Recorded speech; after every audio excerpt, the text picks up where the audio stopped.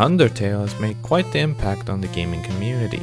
I'm not talking about the funny skeleton guy or the many playthroughs of this game or whatever this was. I'm talking about the soundtrack.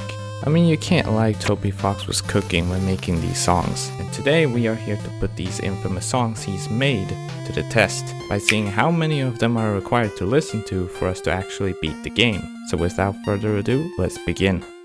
First of all, we have to define what actually counts as hearing a song. In my last attempt when I did this challenge with Super Mario Odyssey's soundtrack, we simply defined this in-game music list as our song tracker. But here, well, we don't have that. But we do still have an official soundtrack to go by, using this YouTube playlist. Whenever one of these songs plays, we'll simply mark it off as gotten. Another problem we have right off the bat is, when do we actually start the run?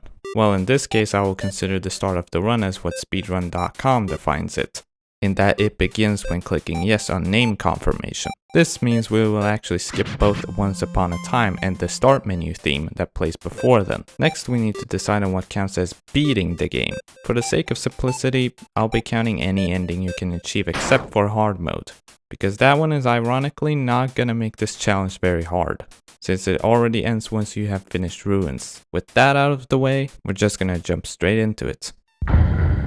Here we go. Once we get control of our character, there isn't actually any music playing until we walk through this gate and meet this guy, Flowey. He's got his own theme called Your Best Friend that we have to grab.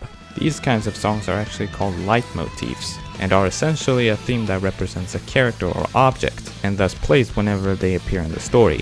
This is an age-old technique that's been used since the 19th century, as well as in movies like Star Wars, that has the Imperial March theme play whenever Darth Vader appears. It's important that we learn this term because there are gonna be a lot of leitmotifs in this run. For example, right after Flowey goes away here, we meet Toriel with her leitmotif, Fallen Down. So yeah, you can probably tell there's gonna be many. When we enter the first room, we are greeted with the Ruins theme. After some quote-unquote puzzles, we get to this room where Toriel forces us to fight the dummy that has the Anticipation theme.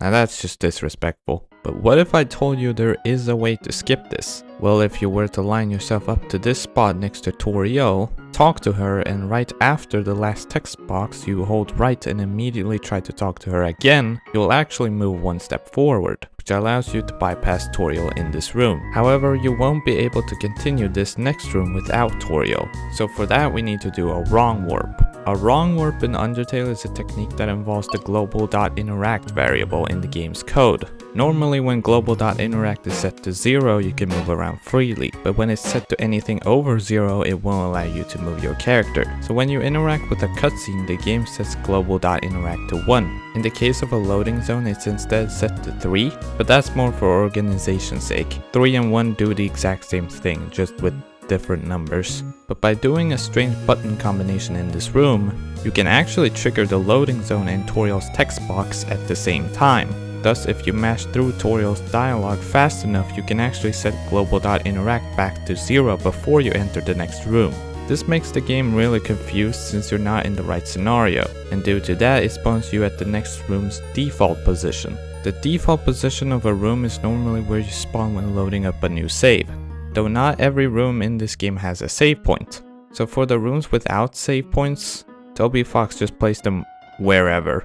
And because this room has its default position at the end of the room, it allows us to warp there and skip the previous spike section. Note that this tech will be important later on. This also perfectly enough allows you to skip the first frog that has Anticipation as well, since past this point the song for battling monsters will move on from being Anticipation to Enemy Approaching, meaning we have successfully skipped Anticipation. Now for Enemy Approaching, we don't actually have to get it, since we can do this so-called menu buffering technique that allows us to pass through the rooms without any encounters. But if we wanted to do Genocide Route, we would have to claim that song because, well, we gotta kill these guys. However, the song that plays when the "but nobody came" message appears is not actually a new song, since if you were to speed that song up to about 10 times the speed, it would sound like this.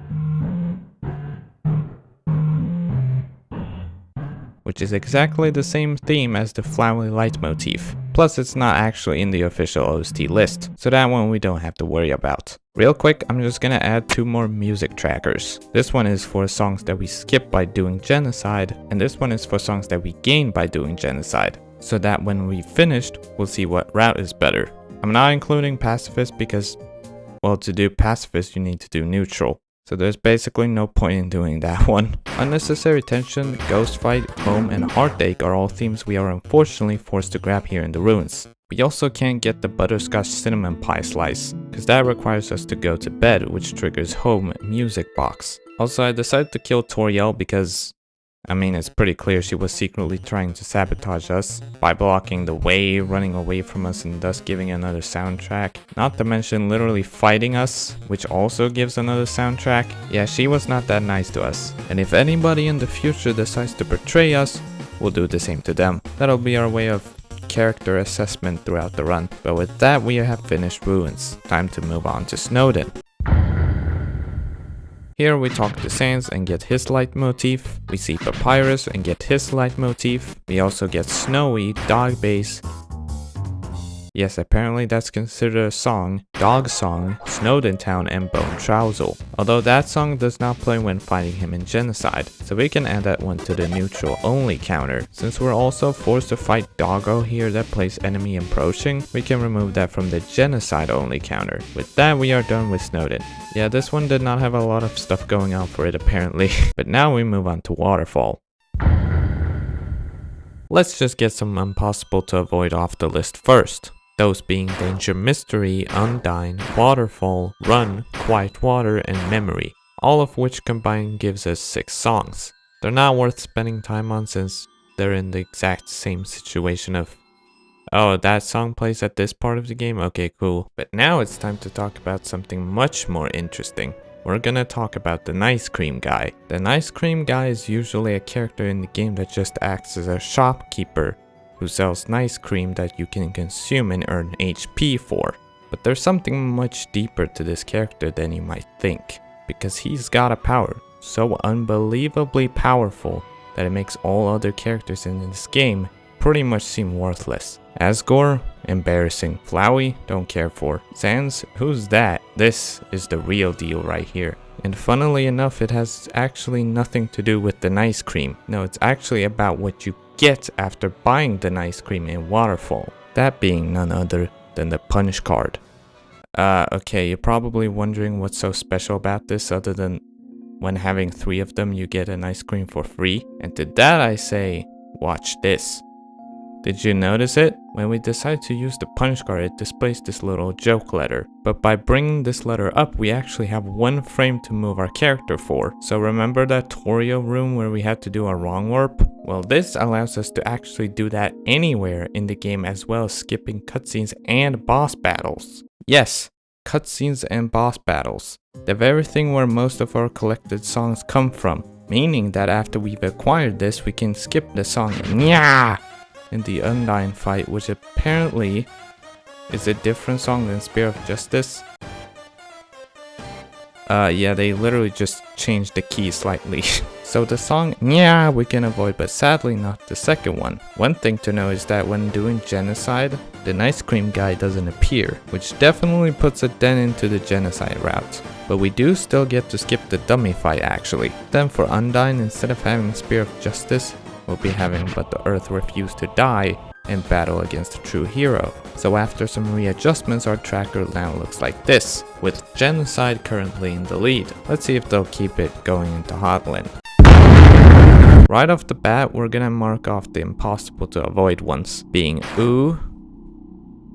Okay, they're kind of stretching the definition of what counts as a song, another medium, and hotel. Now there's actually a lot of songs we skip here in Hotland. To start, in Genocide we skip the 3 leitmotifs that play when we meet Alphys and Metaton for the first time. We can also skip it in neutral too by using the punish card. The same can be said about Confession, Death Report, Oh One True Love, Oh Dungeon, and Can You Really Call This a Hotel? I Didn't Receive a Mint on My Pillow or anything. Love that name. For songs that we are forced to grab by doing a specific route, we have Spider Dance for Genocide. Now we're gonna go over to the core. Here we have to grab core and core approach. With the punch card we can skip all of the Metaton fights, however in Genocide we'll have to get Power of Neo, since we fight Metaton Neo obviously. Then after core we get into the long elevator that has its own theme as well. And then we get to New Home, which holds the song Undertale. Weird that there is a song named after the game, but sure. For Genocide this is apparently replaced with the slow version of Small Shock. Interestingly, then we get to, oh boy, we get to Sans. In Neutral we don't have Megalovania, but we can still skip the choice theme. But when in Genocide we of course have to claim Megalovania. Which hey, I'm not that mad about it since this is like the theme of Undertale, so of course we kinda had to grab this one. And with that, Genocide is finished, but Neutral still has to go. With that route we get Barrier, both of the Asgore leitmotifs, You Idiot, Your Best Nightmare, and Finale. And with that, it's time to find out which route was stronger. As it turns out, Genocide was actually the better route in this case, even though it didn't even have the punch card available. With that, I can now confirm that this game has a total of 33 songs required to beat it. For comparison, Mario Odyssey had 23 songs instead. In fact, that one can probably be even lower. I doubt that this one can though. There's just no place for us to skip soundtracks. But anyways, on that note, it's time to wrap things up. If you have any suggestion on what kind of game you want to see me beat with as little songs as possible, let me know in the comments down below. And with that, thank you for watching, make sure to subscribe, and I'll see you soon.